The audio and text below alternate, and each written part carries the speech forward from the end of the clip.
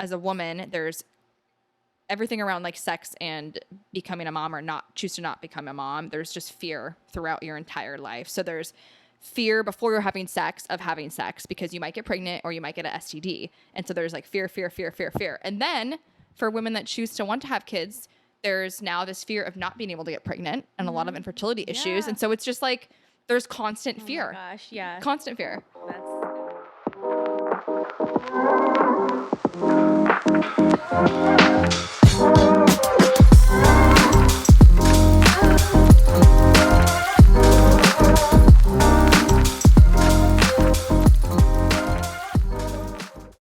One thing that I will say, going back a little bit to just sexual exploration when you are in a community where that's kind of stifled. One of the things I was realizing, because when I was sort of thinking about these topics after I knew I was going to be a guest on your show, I was like, thinking about my sexual exploration. And I didn't lose my virginity until college. But that's not to say that I didn't have any kind of exploration up until that point. Yeah. And one of the things that came to mind is I have always had very historically weird dreams. I typically dream every night. Like, everybody dreams, but like you don't always remember your dream. I usually remember most of my dreams. Oh, interesting. And I have very vivid dreams, and historically they are usually very overtly sexual. Interesting. And from a very young age. So I think that what I was realizing is that I think that subconsciously I used my dreams to explore my sexuality because I didn't feel as confident doing it consciously. That is fascinating. Yeah, it's just like literally this like epiphany I had like because I don't think I've ever met anyone at least that's shared that. Like, I mean, I think we've all probably had some type of sexual dream, you know, if we're over the age of like 15, but to have like regularly like sexual dreams that you can remember. Yeah, I have very vivid dreams, and I remember back to middle school, like 6th grade. I could remember sexual dreams that I had before I ever even watched porn, or like, you know, the most like influence I had were maybe movies that were a little bit, you know, extra PG-13 or whatever. Some risque scenes. So it had to be a lot, you know, I guess of imagination. But yeah, I have had like the weird, and I will say sexual exploration, and really emphasis on exploration, because I have had the weirdest dreams that like where afterwards I'm like, well, I'm glad it was a dream. Like, I allowed my mind to go there, I guess, but not something that I would necessarily do in practice. Yeah. But it is interesting, and it does tell you something about yourself. And I have known for a very young age that I am a very sexually curious person. And so I think that because I didn't feel necessarily safe exploring that curiosity in my day-to-day in that community, I was like, well, this is where I'm going to explore it. Yeah. That's really cool. That's very unique. I recently had a friend telling me about, we were talking about like our first experiences, and she was telling me about how her first partner, who she lost her virginity to, she ended up dating him for a few years or whatever, but they had a very fun, healthy, exploratory relationship. And like the way she described it, you know, it just always felt very safe to her, and she felt like she was able to figure herself out a lot through that. And I just think that is so wonderful. If I don't know like how you could as a parent like kind of encourage that in a non-awkward way, but I look back and I think just so many years of my 20s, like not having partners that we communicated. And it's not like I can put all the blame on them. I didn't know how to communicate either. Yeah. But just like figuring out a way to like encourage talking about it. And I think that also does stem from like parents too. Like if your parents, you know, whoever's the comfortable one, like mom to daughter, dad to son, whatever, kind of talking about it, even if it's a little awkward, I think that just kind of helps set the precedent that like, it's good to talk about it, even if it's awkward. Cause it even took me a long time to get to a point where I was comfortable communicating with my partners what I liked and didn't like. Because there was this thing in my mind, which this could be a whole other podcast topic of, like, I needed to kind of always be easily pleased and, like, you know, make it comfortable. And it took a lot of courage for me to finally get to a point where I could communicate, like, you know, this isn't doing it for me. Like, instead of like just faking it all the time and all that, like that took a long time to come around to. Yeah. So what about, because after hearing about sort of your negative relationship with masturbation in your partnerships, what about pornography in your partnerships?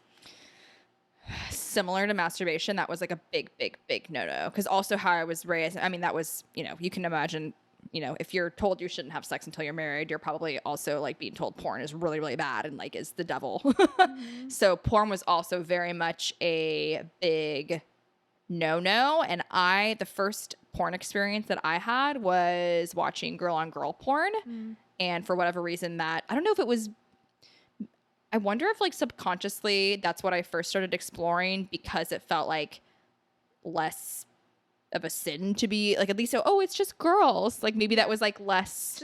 Just girls having girl time. Yeah. Yeah. Just naked, you know, messing around, yep. Foreplay. But the first experience I had was, and I think actually this is when I started realizing I actually started having like dreams and fantasies about exploring women. And so then I think I started segueing into like discreetly not telling my partner that I was exploring like girl on girl porn because that was something that was kind of in my mind. And I just wanted to see like, what does that look like? Even though it's porn, it's not like real, but, so that was kind of, I think when that started for me. But I mean, up until that point, I was very much like porn was a no-no and was bad. Yeah. But then when I started watching it, I was like, okay, well, I can't be mad at my partner for watching it, you know? That's a fair point. Yeah, I will say I never was at the point where I was like jealous of a partner watching pornography, but I guess I didn't have like a necessarily long history with pornography. I remember it started out where being in middle school and like watching it with your friends, like it's kind of like this funny thing, like ooh, like found out about that porn, you know, exists, and I have this link, and we all watch this video together, and it's like, you know, this sort of like friendship bonding experience. Yeah. And so I would say like I think I was in college when I actually started watching porn for myself. And I'm a very visual person, so porn is great for me. Like, you know, I have this vivid imagination in my dreams, and then like, you know, the visual with porn, that's great. If you're like an auditory learner, there's also like, you know, like you can listen to porn for women. Yeah. But kind of a funny anecdote about my porn exploration is that at this small school that I went to, and anyone listening to this will know who this person is, and I think that she would be comfortable because like this was what she did, and it's fine. But there was this student that went to my school that had, I think maybe she had a gap year in between like high school and college where she did porn. Mm-hmm. And I somehow found out about that and found her name and on Pornhub and whatever. And I really liked her porn, and it was mostly girl on girl porn. And so I watched all of her videos. And then it turns out that like while I'm having this sort of porn exploration watching her videos, then I have a class with her that semester. And so I see her like every, you know, morning or whatever that we have this class after having just watched her porn. Oh, and I remember just being like, oh goodness, I like you. It was just like, it was a little distracting. It was a little distracting to me, but it like, obviously like she was a different person in real life than she was when she was like, she's acting like her character. You know, it's a job. But I remember just because it's like such a small school, everybody kind of knows, you know, everything that's going on. Everybody knows everybody. And I wasn't, you know, good friends with her or anything, but like we had mutual friends, and I, you know, knew each other's names. I think we were in like, you know, a club together or something. And so we were on like that kind of basis. But I remember just being like, oh man, like, does she know? Like, does she know that I've seen her?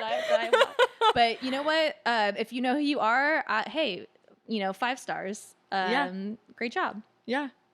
I think that's great. Hopefully she made a lot of money off of it. I hope she did. Yeah. Yeah. I mean, I remember like how many years ago was it that like OnlyFans started? I don't know. I remember during COVID, I went down this deep research rabbit hole of like researching like how much people actually meet on OnlyFans, and I didn't get to the point of like actually making an account, but I was definitely like very intrigued, especially because I mean, as most people know, even if you're not on OnlyFans, you know enough about it probably to know that like you don't even necessarily have to, there's all different levels of what you can reveal and what people go on to OnlyFans for. So like finding out about people that were like making all this money off of feet pictures and things that were not even like, I'm like, I'll take pictures of my feet and make money off it. I literally had this conversation with my mom. I was like telling her, I was like, hey, you know what? I could use the extra butt. I would put my feet up there. But then, yeah, anyway. I'll pay off my student loans with it. Like, that's great. Yeah, it's great.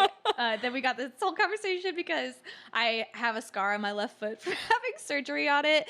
And then, like, we'll be like, well, you know, some people, they Identifying feature. Like, yep, that's like a special niche that you could fill.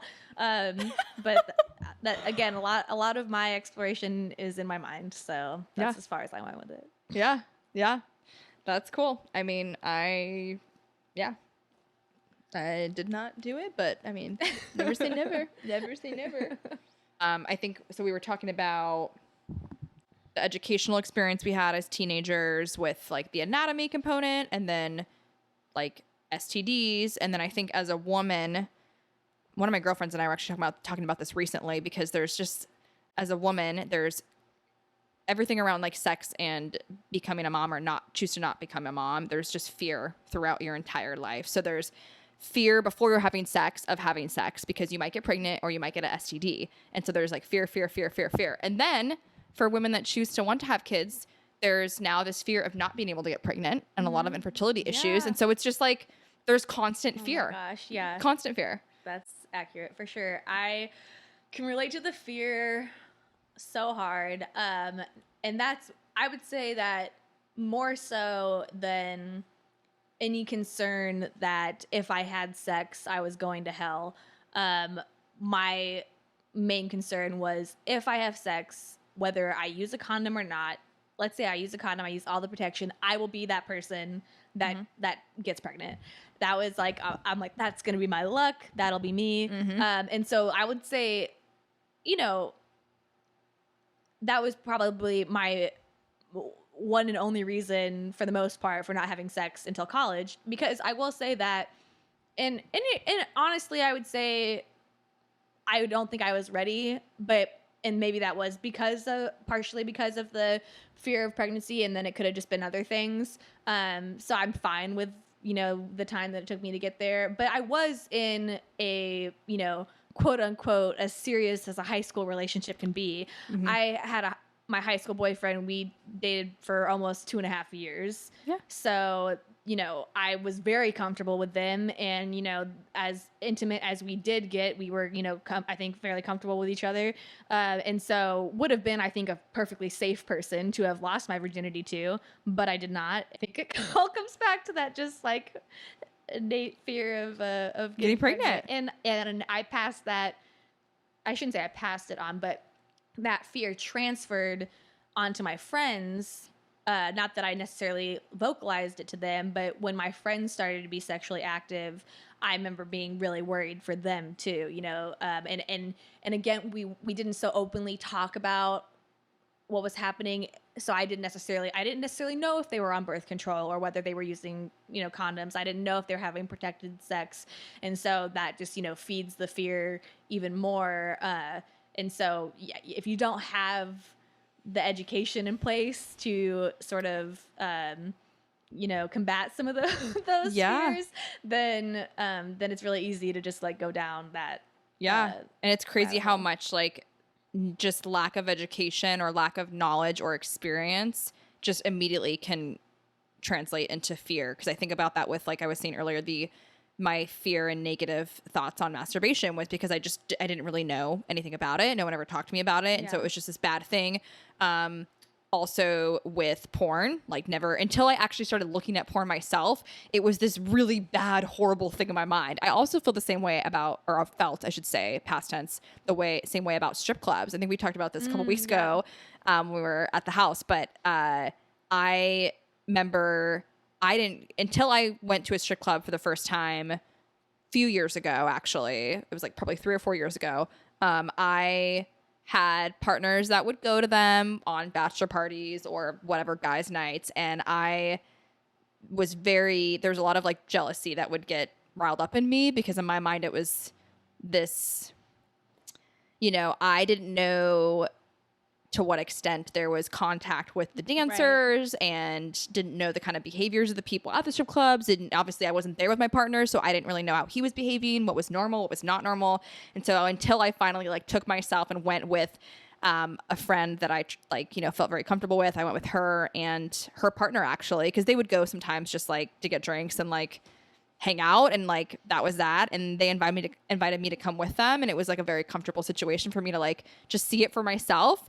And I remember just feeling so relieved that I finally put myself in that situation, because I just remember feeling like, oh, like this is not as insane as I thought it was in my mind. Like I was mesmerized by the acrobats and by like the acrobatics, and the talent of the dancers, and the skill, like that was more like, oh my gosh, this is amazing. But it wasn't as intimidating now that I had just experienced it, And I think as long as you're comfortable with yourself, like it just took that fear factor out of it now. So like ever since then, I don't have, if I'm with a partner and it's kind of like, oh, they're going, as long as they're communicating to me and it's not something that's being hidden where it's like a secretive thing, like an addiction or something, where it's like, okay, we're sneaking out to the strip club and not telling the girls. Yeah. It's not a big deal to me anymore. Yeah. So it's just really hilarious to me that like just the lack of exposure can create so much fear in your mind. Yeah.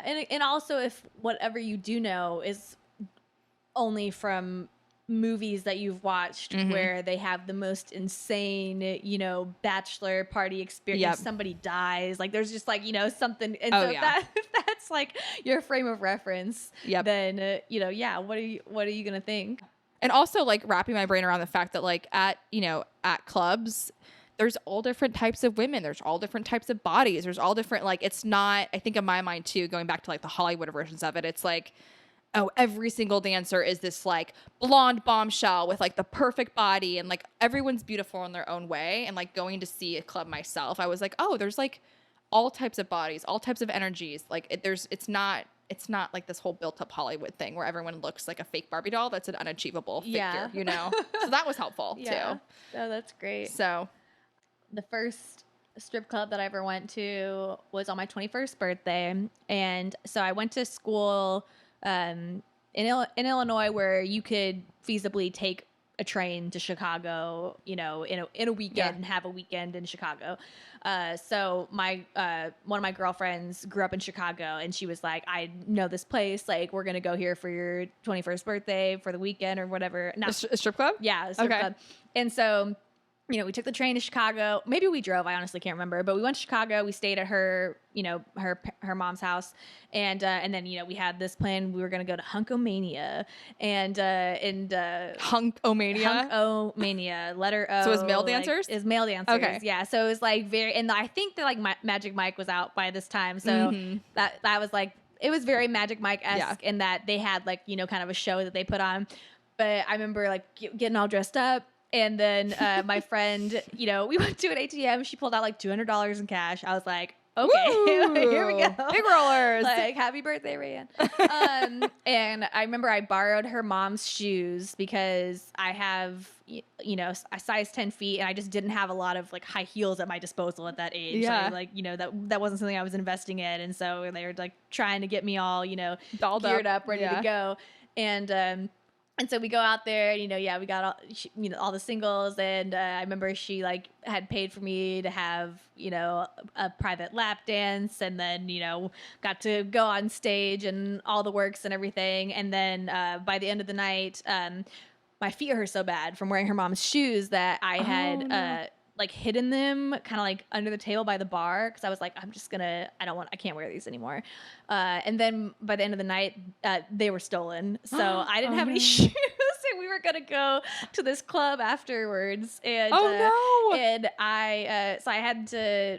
I think we had got a taxi to this other club. I didn't have any shoes on. And so we're in line for the club, and they're like the big bouncer guy. And then he's like, I can't let you in without any shoes. You're literally barefoot. I'm literally barefoot. And I can't remember if we went to this club because one of the strippers told us about it, or if it was just coincidence. But one of the strippers pulls up And my friend, being who she was, just very like outgoing person, just runs up to him and she's like, you got to help us out. Like, and so he was the bartender at that club and he gave me his combat boots off of his feet to wear into the club. Oh. So he bartended barefoot all night. And my gosh. I was dancing in his It was your birthday? boots. Oh my gosh, what a sweetie. Yeah, and then I gave them back to him at the end of the night. And oh then my I took our cab ride home and my bare feet. I felt really bad for her mom that I lost her shoes that she generously let me borrow. But yeah, so that was a fun introduction into what a strip club can be. That is a fun 21st birthday. What a sweetie pie. I assume your friend was like, it's my friend's birthday. Like, oh yeah, she went all out for me. Yeah. She's like one of those people that she's always taking care of the people that she loves.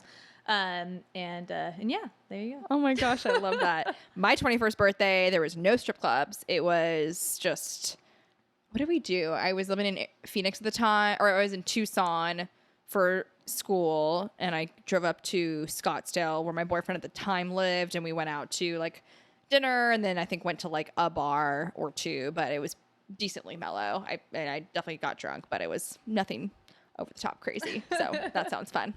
Well, I remember afterwards, because my parents knew I was going, and I didn't share a ton of details with them. Yeah. But I remember them making a joke because they were gonna be, I think we must have gone out, on a Saturday, I guess, I can't remember, but they were gonna be going to church on Sunday, and they were joking we'll repent for your sins. Oh my gosh. In a very joking way, we're all for it in that sense. But I remember thinking that was funny, parent humor. Yeah. Pray for me, guys. Oh yeah. As I go to the strip clubs.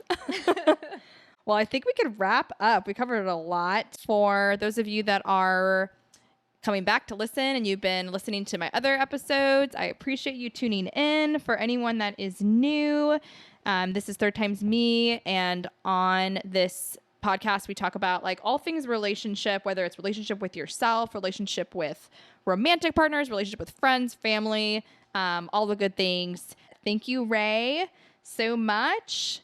We'll see you guys next week. Thank you.